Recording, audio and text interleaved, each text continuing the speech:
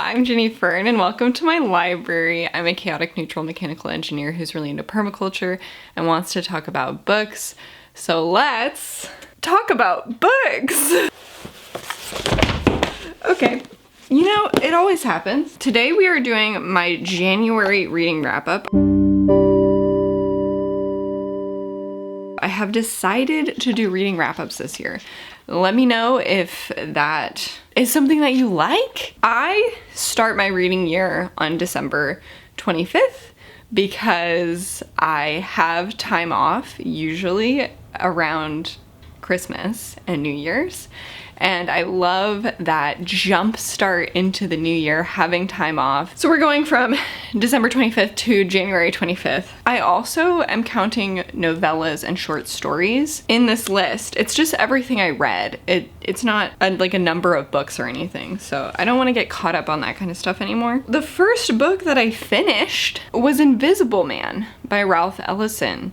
And I think this is a new all-time favorite, which is an absolutely stunning way to start the reading year, but also daunting. This was such a dense book. The way it's written is it's such an experience. I read this partially as an audiobook that I got from my library, and the audiobook was so well done. I think it really helped me get into this story and get into the experience of reading this book.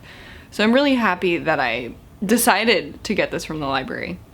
And then I did finish it up by reading the text of the book along with the audiobook, and I'm also really grateful that I did that because seeing the words on the page was also really wonderful. I can just show you that it's these big blocks of text, and we're like really in our main character's head, and he has so much nuance and feeling and passion, and he's a complicated guy.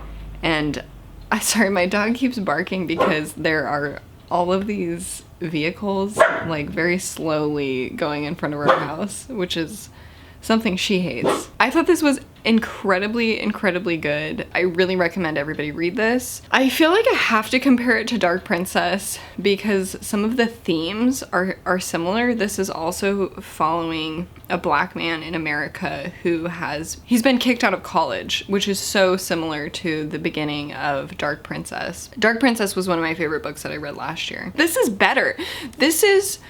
I feel no shame recommending this book because it is just a masterpiece, and the writing is incredible, and the imagery of this story is incredible. The way that chaotic scenes are portrayed, we go from like one chaotic scene to another. It's just a string of like weird things happening, and it is amazing. Highly recommend this.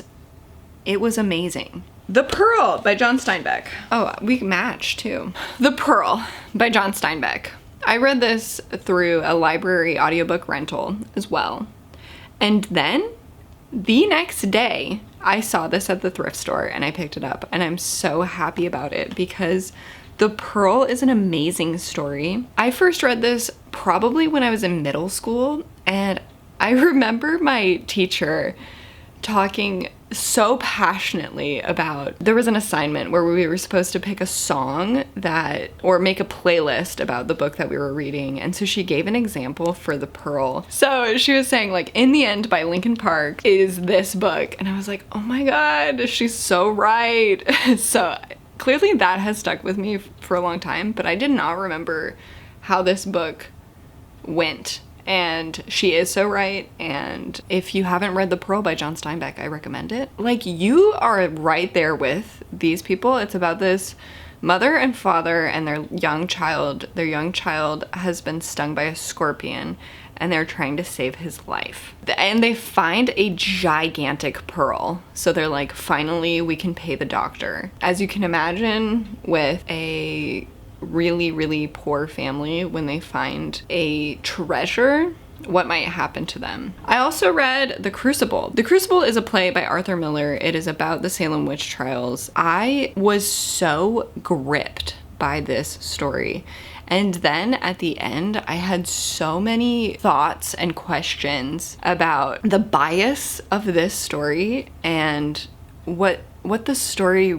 really could have been, which was also a very interesting experience. So my critical thoughts on this work added to the experience of just like this incredibly written work and this very gripping story that really like pulls you into this very emotional, fraught time and town. Really enjoyed that. Oh my god, I have to go grab a book from my shelf. I should have just posted a reading vlog for this before this video comes out.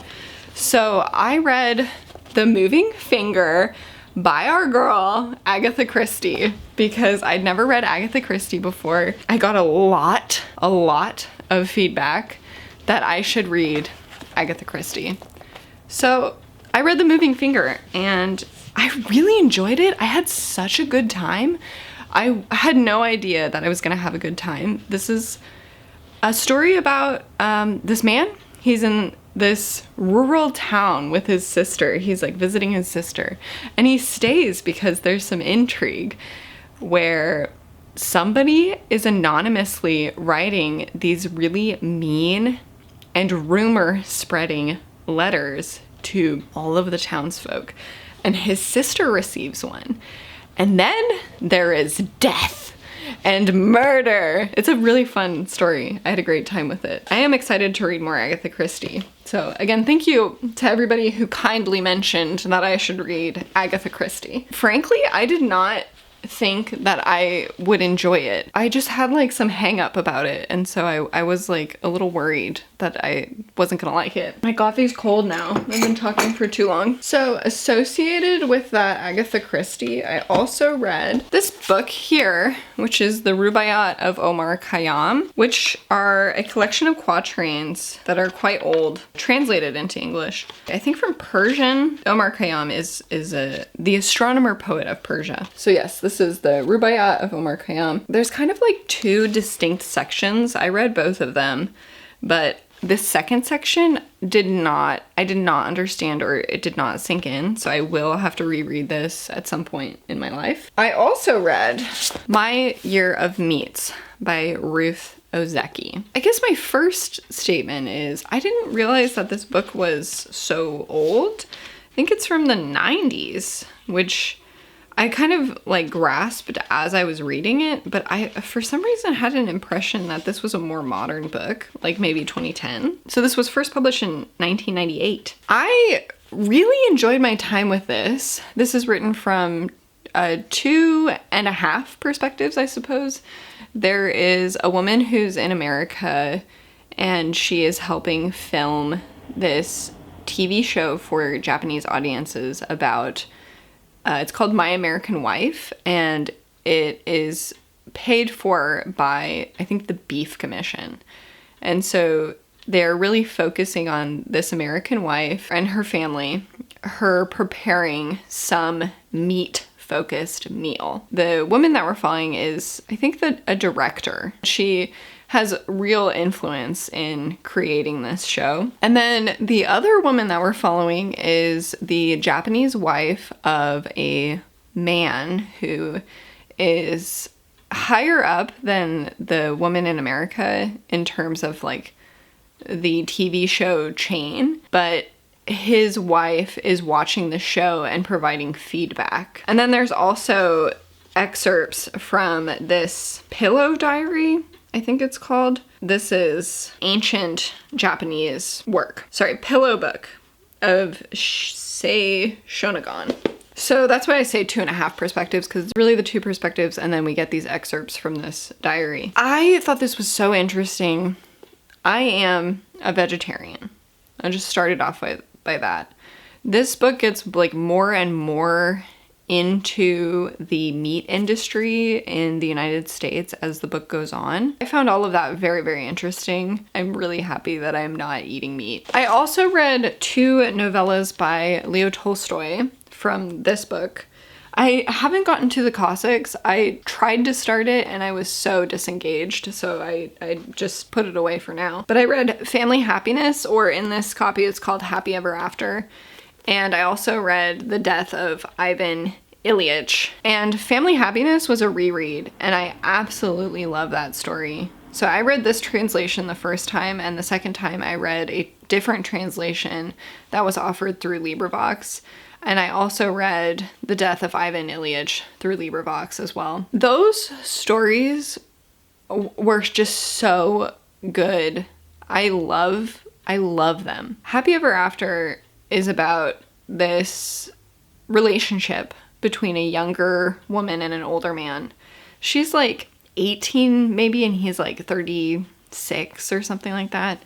And they get married, and it's about like that kind of courtship period when they do get married and up to the birth of their first child. Going through that story, I love it so much.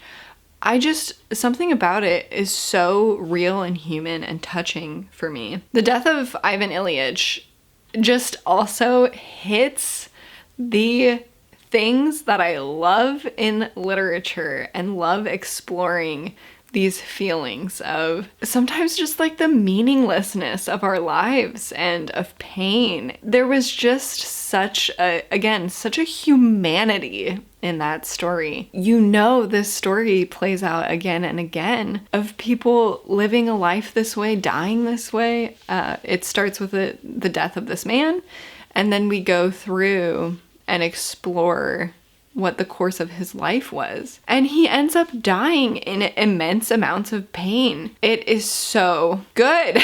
So I highly recommend that. I also read The Water of Thought by Fred Saberhagen, which is a short sci-fi novel. I have not been like plowing through sci-fi like I did when I first kind of got into reading as an adult. That was my main genre, and now it's more like literary fiction kind of stuff. But in my opinion, it's a well done older science fiction. There is incredibly clear sexism, but our main character actually is kind of a nice guy, and that's, you know, for the era, for the writing. I liked the story. I thought it was interesting. I was really compelled by the ideas explored in this book. I was interested in the plot explored in this book. I really enjoyed my time with this, and I'm so happy because I have read many an older science fiction story, like, you know, 1960s, 50s, that were just like disgustingly bad, and I'm happy that I didn't mind this one. I also read The Birds by Aristophanes, and this is a play that's old as hell. It's from like 400 BC or something like that. What is The Birds? The Birds is about this guy who decides to make his own bird town in the sky. It's a comedy. It didn't resonate with me, to be perfectly honest. I was there the whole time. I read the whole thing.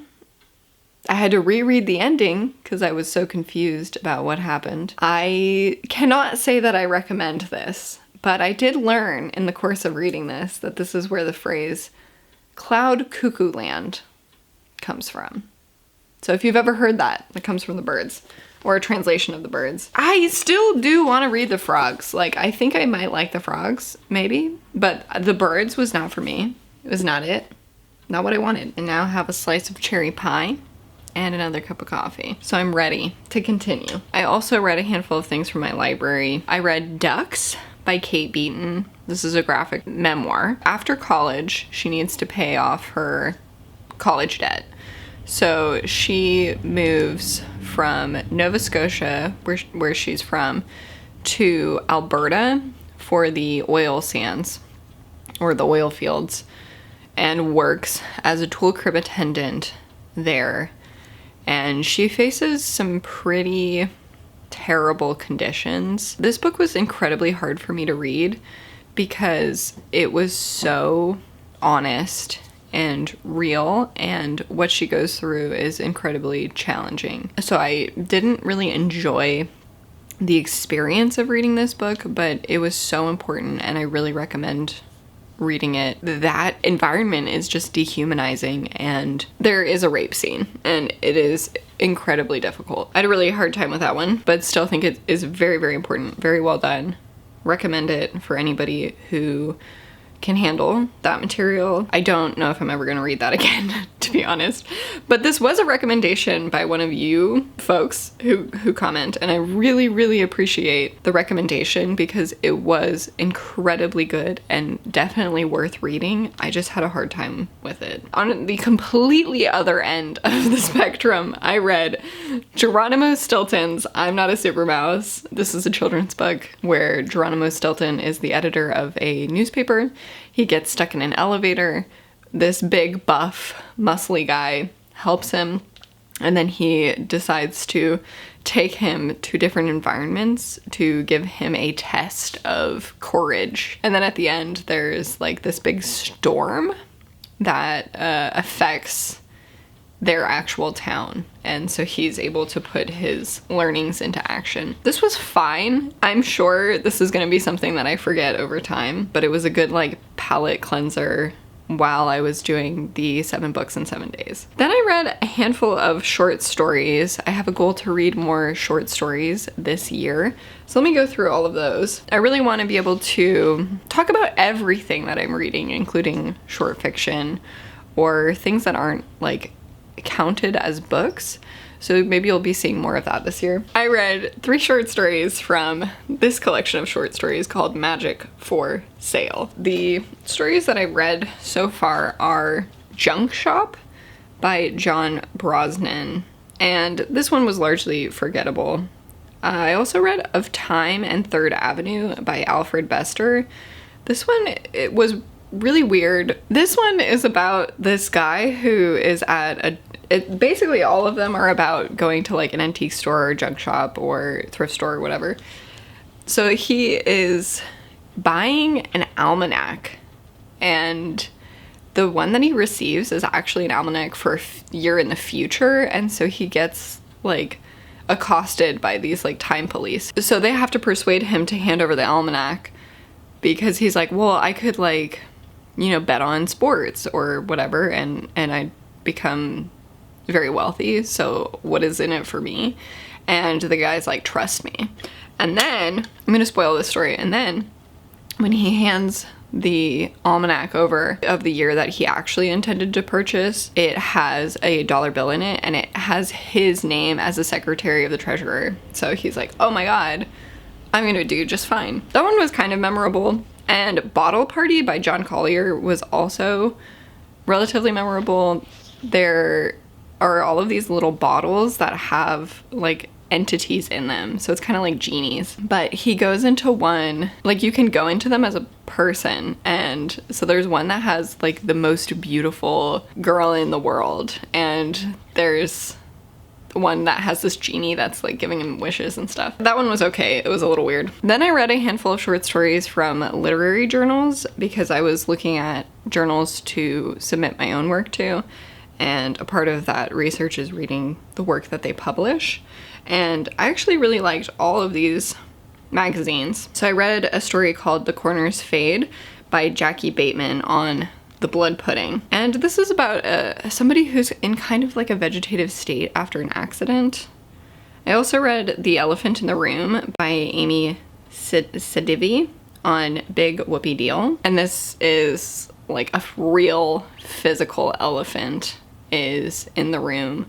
And I think she's moving out of like an apartment. And I also read The Infestation by Jenny Hayden Halper in Liminal Spaces magazine, which I think I'm actually very interested in. And this is about a girl who keeps like bringing in bugs to the house, which I also like love the concept of a story about that. I also read a handful of manga. I read Cardcaptor Sakura Volume 2. I'm like kind of on the fence with Cardcaptor Sakura because I do have a wonderful time with it, but it's also like a lot to take in at once, and there are some like tropes or storylines that I'm a little uncomfortable with. This whole thing of like being interested in older men when they're like little girls is a little weird for me. I also finished reading Frieren Volume 10. Loved it. Love Frieren. I highly recommend both the manga and the anime. Just started watching the anime recently and absolutely plowed through it. Loved it so much. Whenever I have to focus on myself, I have to zoom in, and it's usually like on my eyes, and then I focus, and my eyes look crazy right now. Why are they so shiny? Anyway, hello! I have finished another book, so I am adding this to this video until the 25th. Today is the 20th. And I also forgot to mention one of the books that I read. So first, one of the books that I read was The Cat Who Saved the Library. The Cat Who Saved the Library is the second book in a series. The first book is The Cat Who Saved Books, and this is by Sasuke Natsukawa, and I did not read The Cat Who Saved Books, so I did not read the first book in the series, so I'm not familiar with the characters that I'm fairly certain were in that first book. Number one being the cat, and number two being this guy who owns a bookstore. Okay, let me show you real quick what my cat is doing. You see this shadow here? And how when I talk, my hands do this? He's leaping at the shadow over there. This comes out in April on the 8th. So I did read this as an advance copy. I still haven't written my review for it, so after I film this, I'm going to be doing that. Why have I not written the review yet? I am having a hard time putting my thoughts together for this book. It is a middle grade story, probably. It just has a little bit of a weird vibe. We meet our character. She's a young girl. She's kind of awkward. She reads books a lot. She has asthma, and that really affects her life. So I have asthma, especially when it's like heavy pollen times. Honestly, sometimes in fall it can be really bad. I have a really, really difficult time breathing, and I'll just be wheezing basically like all day. She has a very extreme version of asthma, I suppose, and it is quite life-limiting for her. She reads so much because she cannot be very active because of the asthma. She notices that the books at her library are going missing, and she tries to tell the guy, the librarian, she's like, hey, this book, it went missing like 3 months ago. And the guy's like, no, it's just checked out. And she's like, no, something's up.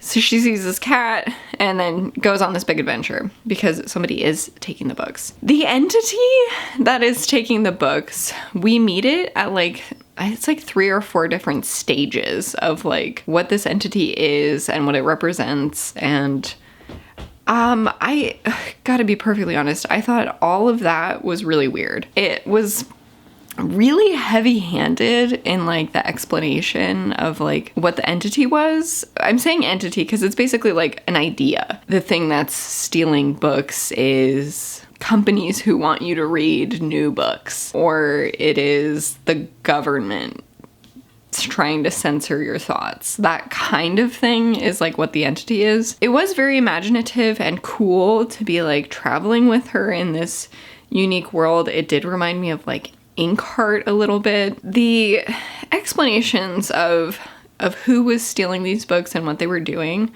again, were extremely heavy-handed. And the last one was like very, very deep and troubling for even me.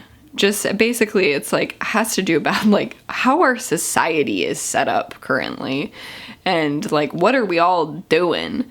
And so it was really a bit strange and uncomfortable and not lighthearted at all. And I don't really know if a kid would be able to grasp it super well. So overall, I had a hard time with this one, and I wanted it to be like a fun little story, cute story about a cat saving books. And it was a little bit weirder than that. So that one was a bit of a disappointment. I really wanted to like it a lot, and I just had a hard time with it. The next book that I read was Shade's Children by Garth Nix. I just finished reading this today, and I read this through an audiobook. I know I own it. I know I own the physical copy. I'm aware. But I have really been wanting to read the books that I have on my shelves. I also like to be reading an audiobook and have an audiobook available to read all the time. So I did a lot of gardening today. It was a beautiful day today. I had a wonderful time, and I even got some plants from the nursery and planted them. Had a great time. I also read a lot this weekend with the wonderful weather. And so when I saw that my library had Shade's Children available, and it was available now, I checked it out and I read it. I've read Sabriel in the past. Actually, I have Sabriel. I've read Sabriel, and I really enjoyed it. I thought this was really, really cool and really inventive. Shade's Children is from 1997. It is similarly a middle grade to YA story. These children are at the age where they'd be having sex, and there is some mention of like reproductive education and sex. If that helps you figure out, I guess it's YA then. But it's super not graphic. It's just something that's mentioned as like, I have urges and I like this girl, that kind of thing. This was really, really strange, and I never got super connected to the story. You get dropped in, and it's kind of like these audio logs, or yeah, like here you see, it's a video archive. There is this guy, this entity named Shade, and there are all of these children who have escaped these creatures who are harvesting them ultimately for meat, like using their bodies to turn into like creatures and weird stuff like that. This all gets unraveled over time, but that shouldn't be a spoiler. And Shade is like kind of this computer entity. He's not quite a person. And he's like their adult. He's like their protector and father. And he also has them do these missions for him. Over the course of this, you get a clearer and clearer idea of what the hell we've dropped into, because it's a very strange world that we're in. It was kind of long, and I feel like it ended fairly abruptly. It was just weird. I just don't really know what the point was. I wouldn't necessarily recommend it, but it's not like I don't recommend it. Just wasn't really for me. So unfortunately, I have to review for this little segment 2 books that I didn't feel very strongly connected to and didn't really knock it out of the park for me. So that's what I got. Hello. I am here to give my final update for my January reading wrap up. I am sick today. I don't know what's going on with me, but I've had a lot of nausea, and this morning I woke up with an insane migraine. I took some pills for that, and now it's just like a mild headache. It is the last day of my reading month. I have a few manga to talk about, actually. Let's do that first. I've been reading manga on the Kindle that I just got, and I've gotten most of it from the library. Girls Last Tour I did buy with a gift card. So I already returned volume 1 of this manga, so I can't show it to you right now, but I have been reading Mashal, Magic and Muscles, and I had read volume 1. I have not yet started volume 2, but I did check it out from the library. Why did I start reading this? I started watching the manga. I think it was available on Netflix or something. I love it. The primary reason why I love it is because it showcases friendship in a really beautiful way. Because our main character is Mash, Burn Dead, I think is his name. He's not this guy. This is a different character. He's a teen boy who does not have the ability to use magic, and he lives in this magic society where if you don't know how to use magic, you are killed. He has been shielded by this old man who he calls Pops, who has kept him since he was a baby secret in this cabin in the woods. But one day, Mash decides to go out into town because he loves cream puffs and he wants to go buy them in the village. So he goes, and he's very obviously not magic because magic people have like a signifying line on their face and non-magic people do not. So he's caught right away as a non-magic person.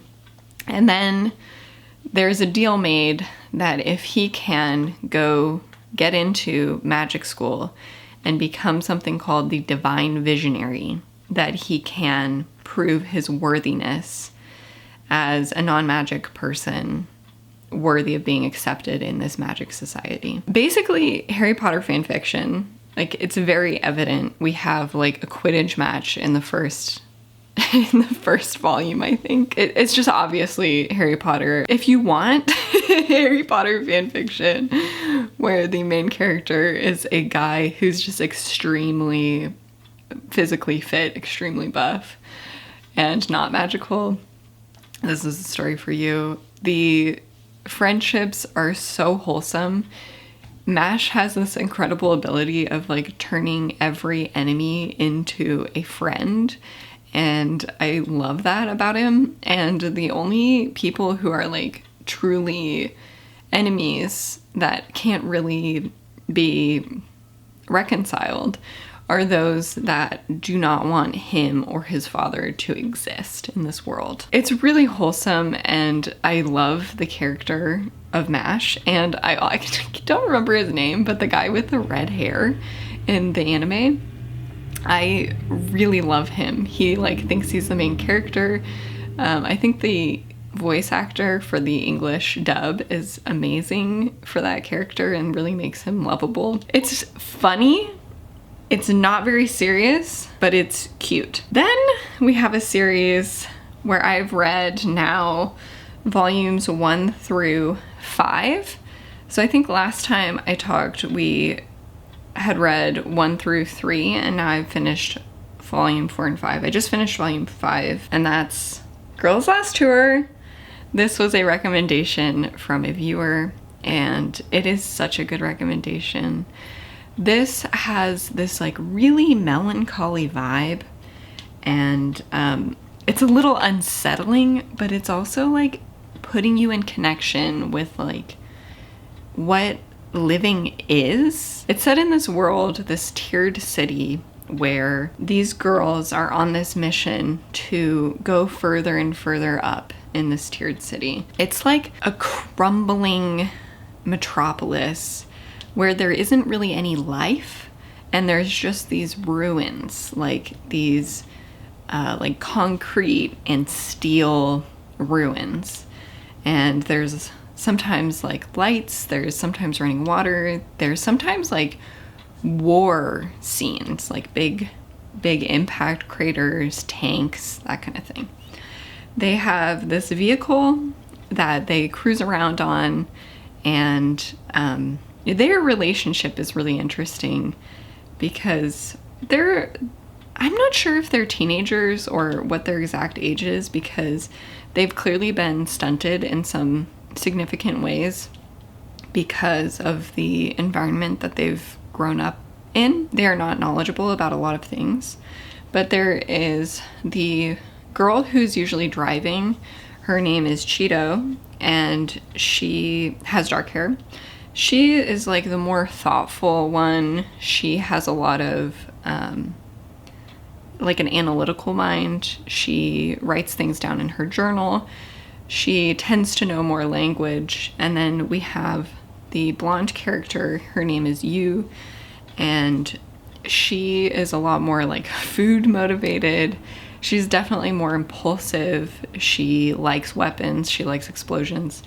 And you can kind of get this troubling sense that like maybe Yu is going to do something that puts them in danger, or she's going to like turn on Cheeto in some way, but it's out of like complete ignorance, or like she seems to lack compassion in some ways. So having that be your only friend, like the only person in the world who you're with. It gives like a certain ominous energy. And then also Cheeto can be very fearful and timid, whereas Yu is a lot more, she like lives life a little bit more fully. So there's definitely pros and cons to both of their personalities. It is such an amazing vibe. There are so many beautiful sentiments. I love this story. I'm finding it a really beautiful, meditative place to be in. I have a couple lines to share from my reading today. Humans are forgetful creatures. We're supposed to have an accumulation of knowledge to make up for that, but are we bound to repeat history regardless? What's oblivion? It's not remembering that thing you're so good at. Memories, those just get in the way of living. I don't think she means what you mean. Oh no, she has the gist of it. An infinite accumulation of memories and an infinite accumulation of loss. All thoughts fall beyond the incomprehensible and everlasting insomnia. It's a little existential, it's a little dreary, and I love it. Incredibly grateful.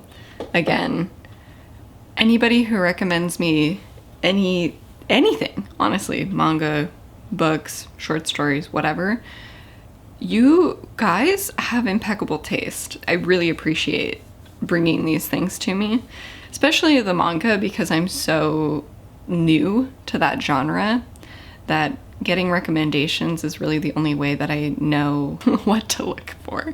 There's so much manga. So this book I finished yesterday, and that is The Winter Vault by Anne Michaels. This will be covered in a reading vlog where I read books from my little free library. That is why I read this book. And I was interested in part of it because of the back cover description. It says, in 1964, a newly married couple settles into a Nile River houseboat. Avery is one of the engineers responsible for moving the towering figures of Abu Simbel above the rapidly rising waters of the Aswan Dam. At the edge of a world about to be lost forever, Avery and his wife Jean begin to create their own world. But it will not be enough to bind them when tragedy strikes and they go back to separate lives in Toronto. There, Jean meets Luke John, a Polish artist whose haunting stories of his shattered childhood in occupied Warsaw draw her further away from Avery. But in time, he will also show her way back to consolation and forgiveness. When I first read that, I was like, I'm interested in the first half, the Abu Simbel, that whole concept, living on the houseboat in the Nile River. I was very interested in that, but the second half, going back and living separate lives in Toronto, I didn't seem as interested in. And that's exactly how this reading experience went. Right about this point in the book, as you can see by my lack of dog earring, I got far less interested in the story being told. There are some really, really interesting ideas explored here with the dams being built and wiping out towns, entire towns. Looking at the impact, looking at the towns lost and what was lost, I thought that was really amazing and like beautifully meditative and everything. This book is written in a very, very stylized way. One of the hardest things for me was that it does not use quotations for dialogue, which was just a really weird choice, and I didn't like it. It does have like a lot of information, like factoids interspersed in an incredibly poetic way, and I really did enjoy learning through this book. It teaches you a lot, but it's also like maybe a little bit too much of that, where you don't really like sink it into your brain because there can just be so much. And I have to say, towards the latter half, we learn a lot about what it was like living in occupied Warsaw. And I did appreciate that, but the way that it was put into the story is kind of like an infidelity. I really don't care to hear stories of infidelity, if that makes sense. I'm not interested in infidelity. It just was very weird for me. We're kind of like destroying two men in this book, but it's not presented that way at all. So it was very weird for me. It had some good things that I will take from it, and it had some things that I really didn't like that I will choose to disregard, I suppose. I also just finished reading. This went by incredibly quickly. This is a very fast read, and I had no idea it would be. I read Between Shades of Grey by Ruta Sepetys. I've had this on my shelf for quite a long time. I have heard that this book is very good. I think from somebody on BookTube, again, years ago, maybe like 2016, who knows. So I knew this was a book that I should read because I think it was her favorite book, right? This is a young adult story where we're following a Lithuanian family and other people from Lithuania who were taken by the Soviets during World War II. A knock comes at the door in the dead of night, and Lena's life changes in an instant.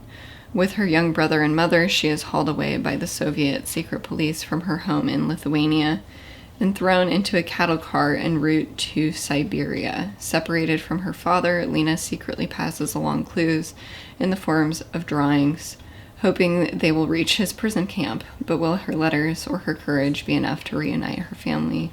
Will they be enough to keep her alive? We follow this girl. She is with her mother and brother, and they are taken to Siberia to work as labor. I have to say it gets increasingly more hopeless as the story goes on. With that, you see like the power of hope because of how bad it gets.